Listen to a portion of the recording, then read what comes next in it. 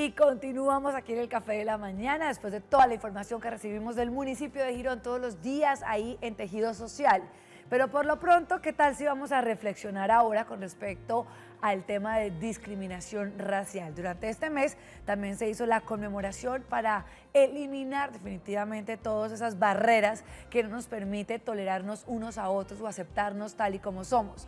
Hay dos términos que siempre generan confusión o de pronto controversia entre qué es xenofobia y discriminación racial. Por eso hemos invitado a la doctora Joana Mogollón, ella es psiquiatra, para que nos hable precisamente de este tema. Y si usted, televidente, si tiene algún caso, pues comuníquese desde su casa y nos cuenta qué ha pasado con este tema. Así que adelante, doctora Joana, buenos días. Buenos días. Bueno, iniciemos precisamente, estábamos ya socializando un poco el tema y decíamos que siempre acudimos al término discriminación racial con el tema de color de piel, pero va más allá de eso. ¿Cuál viene siendo como el concepto de cada uno de esos términos? Bien, como tú lo dices, habitualmente las personas creen que cuando hablamos de racismo me refiero al rechazo hacia el otro por el color de piel que él tiene. Sin embargo, existen estos dos términos de xenofobia y racismo, los cuales son diferentes y de alguna manera tenemos que diferenciar. La xenofobia consiste en el temor o miedo hacia el extranjero, pero va mucho más allá del fenómeno psicológico, porque no es solamente el extranjero pensado en términos de la división política o geográfica a la cual pertenece, sino el extranjero cuando está fuera de mí, extranjero por la piel, extranjero por sus creencias, extranjero por su religión, extranjero por su forma de pensar, de tal modo que esta es la xenofobia. Muy bien. Por otro lado, la discriminación racial ya es una construcción psicológica, sociológica, cultural, que de alguna manera está relacionada con la identificación del otro como un grupo que tiene características particulares, de tal modo que esas características yo las rechazo porque no las comparto. Entonces ahí yo jerarquizo, estigmatizo y discrimino al otro por ser diferente de mí mismo. Muy bien, bueno, aclarados estos términos, hablemos también de cómo identificar ese perfil de la persona racista. ¿Qué características tienen también las personas que de pronto no les gusta trabajar en equipo por, ya sea, como tú mismo lo mencionabas, el tema de la cultura, el tema es que viene de otro país, es que los hindúes son de cierta forma, o realmente a veces el color de piel restringe el poder contactarse con eso? Por años atrás que uno relacionaba el tema de la esclavitud, el tema de pronto de lo que viene desde el antiguo continente y demás. Así que, ¿cómo podemos identificar? Para poder comprender tenemos que entender un poco cómo se da el fenómeno psicológico de la xenofobia. Los seres humanos nacemos sin ningún tipo de temor o miedo hacia el extraño. Esto es demostrado en los estudios, por ejemplo, de la etología, donde Lawrence demostró cómo el primer individuo, la primera persona que ve un recién nacido, o ya sea un animal, se convierte en su figura de identificación materna. De tal manera que los niños le sonríen a cualquier figura que tenga ojos, boca y sonrisa, independiente que sea conocido o no. Sin embargo, a partir de los 8 meses de vida, cuando el niño ya logra identificar su figura en el espejo y empieza a relacionarse con el otro como un otro, es ahí cuando surge el miedo y el temor. Vamos creciendo y a medida que nos llenamos de pensamientos, ideas acerca del mundo y de nosotros mismos, entonces establecemos esa diferenciación. Y entonces todo aquello que no pertenezca a mí lo rechazo. De tal modo que la caracterización de las personas xenofóbicas o que tienen algún tipo de conducta racista es que no permiten entender que el otro, que es diferente, también es un ser incluyente. Entonces, el que no es como yo, le rechazo. Es básicamente. ¿Y qué hay del papá, de los padres de familia que le empiezan de pronto a decir, a aceptarse que los otros son diferentes a uno? Porque puede que nazca, como lo veíamos en la fotografía, rubio, blanco, y de repente me encuentro una persona morena, de pelo negro, y ¿cuál es el papel que vienen diciendo los papás? Acéptense porque no todos somos iguales, y de pronto quitar esa barrera con la cual tú dices que a veces de pronto pues nacemos al momento de tener el primer contacto con el otro. Claro, definitivamente los padres son muy importantes en ese proceso de culturización.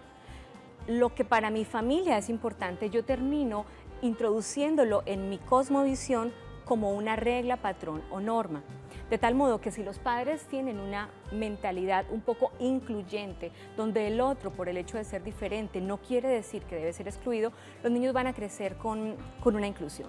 Hay algunos estudios que se han desarrollado y muestran cómo, por ejemplo, ponen un muñequito negro y un muñequito blanco y le preguntan a cierta cantidad de niños, ¿cuál crees tú que es el muñeco malo? Un gran porcentaje de los niños dicen el negro, porque culturalmente hemos identificado el color negro con algunas características o atributos negativos, porque no solamente es el color, sino también cómo es la personalidad, los gustos, los deseos de cada una de estas poblaciones. Bueno, hablemos también de este fenómeno que a medida que uno pues va creciendo, de pronto llega uno a pensar, ¿será que se puede tratar? De pronto cuando uno tiene un amigo que dice, no, es que yo no puedo tolerar este tipo de personas, yo no la puedo tener cerca, ¿hay alguna forma en que uno le diga, bueno, no, tranquilo, hablemos, vamos a donde un psicólogo, donde un psiquiatra y tratemos este tipo de situaciones? Ok, ya estamos entonces aquí en el marco de la xenofobia, que como les dije es la fobia o el rechazo hacia el extranjero, en términos no solamente del extranjero por territorio. Entonces, por supuesto, como cualquier otra fobia o ansiedad, esto es sujeto de tratamiento. Existen diferentes enfoques psicoterapéuticos y farmacológicos que podrían ayudar a la persona a que pueda quitar el estímulo fóbico que le genera el otro. Creo que Colombia está viviendo un fenómeno con la migración masiva de los venezolanos, ¿no? Entonces se ha desatado probablemente ese gen o ese chip que todos de alguna manera tenemos, porque todos tenemos en esencia algo de xenófobos. El punto es que cuando lo convertimos en la estructura social, entonces nos volvemos racistas. Pero una de las soluciones sería identificar en el proceso de psicoterapia, o más bien introducir en la persona que lo sufre, la empatía, el cual es un fenómeno psicológico de ponerme en los zapatos del otro, porque yo también soy extranjero para otro determinado grupo, porque yo también he sido extranjero en un viaje, porque yo también soy extranjero cuando pienso diferente a ti. De tal modo que este concepto de empatía podría ser el punto de partida para el cambio. Muy bien, excelente lo que estamos hablando en el día de hoy, pero también lo tocamos desde otra arista y es el tema legal, porque si bien hay personas que sufren de discriminación racial, estas personas que discriminan pueden llegar a tener sanciones legales. Por eso también hemos consultado a una abogada para que nos aclare este tema en el día de hoy. La Convención Internacional sobre la Eliminación de todas las formas de discriminación racial, que ha sido aprobada y ratificada por Colombia, establece en su artículo primero que la discriminación racial es toda forma de distinción, exclusión o preferencia por motivos de raza, color u origen étnico, con el motivo de menoscabar el reconocimiento y el goce de los derechos humanos y libertades fundamentales en distintas áreas, esto es económica, cultural, social y políticamente. De igual manera, en la Constitución Política Colombiana tenemos en el artículo 13 el derecho a la igualdad. En este se establece que todas las personas son iguales ante la ley y que el Estado colombiano deberá promover todo tipo de actuaciones. De igual manera, la Ley 1482 del 2011 modifica el Código Penal con el fin de penalizar todo acto de racismo y discriminación racial.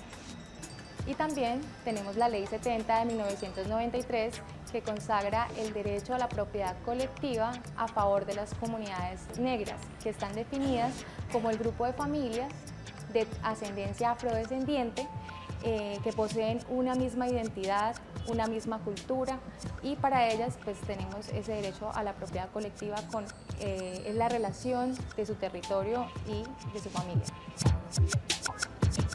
Bueno, pendientes, porque pueden también llevar consecuencias legales. Y bueno, tampoco lo miremos tanto de que siempre las personas blancas rechazan a las personas de color negro, sino que también las mismas personas blancas pueden ser discriminadas también por su tipo de color de piel. Doctora Joana, hablemos también de las consecuencias para las personas que son racistas, en el tema ya digamos psicológico, y cómo las puede llegar también a afectar en su entorno social. Bien, las personas que son racistas probablemente tienen una estructura superyoica fuerte, que les permite dialogar poco con la diferencia del otro, de tal manera que así como juzgan la diferencia de manera severa, asimismo pueden estarse juzgando a sí mismos. Entonces, estas personas probablemente tienen un alto nivel de sufrimiento. Vivimos en un mundo donde las fronteras ya prácticamente no existen. Con el uso de la tecnología podemos comunicarnos con alguien a miles y millones de kilómetros. De tal manera que esta pérdida de los límites de la realidad del otro hacen que la persona racista, que tiene esa estructura mental muy rígida, de alguna manera pueda sufrir en sus relaciones interpersonales. Muy bien. Y posibles soluciones, porque ya estábamos hablando de tratamientos, de que como cualquier otra fobia puede llegar a realizarse desde el punto de vista psicológico. ¿Hay alguna otra solución para esto?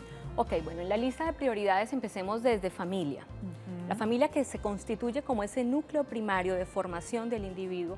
Creo que la inclusión de valores es importante. Posteriormente, ¿quién aparece? El colegio, la escolarización, ¿sí?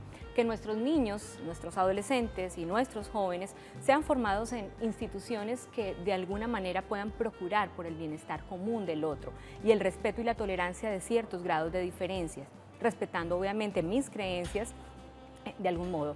Y así, pues ya cuando el hombre es adulto puede recurrir, como te mencionaba, a diferentes terapias, ya sea psicoterapia, pero inclusive medicamentos. Pero esto, como es un fenómeno más social, lo podríamos tratar desde ese componente biosocial de la medicina. Ya lo biológico quedaría un poco más para otro tipo de fobias, como por ejemplo la fobia a las arañas, la fobia a las alturas, que es un fenómeno que no tiene tanto relacionamiento con la sociedad, ¿sí? Muy bien. Bueno, pues doctora Johanna Mogollón, muchísimas gracias por habernos acompañado en el día de hoy. Gracias. Y ojalá todos tomemos conciencia de que esas barreras cada vez se eliminen mucho más hasta el momento de decir de aceptar que todos somos iguales. No hay ninguna diferencia entre nosotros. Canaltro.com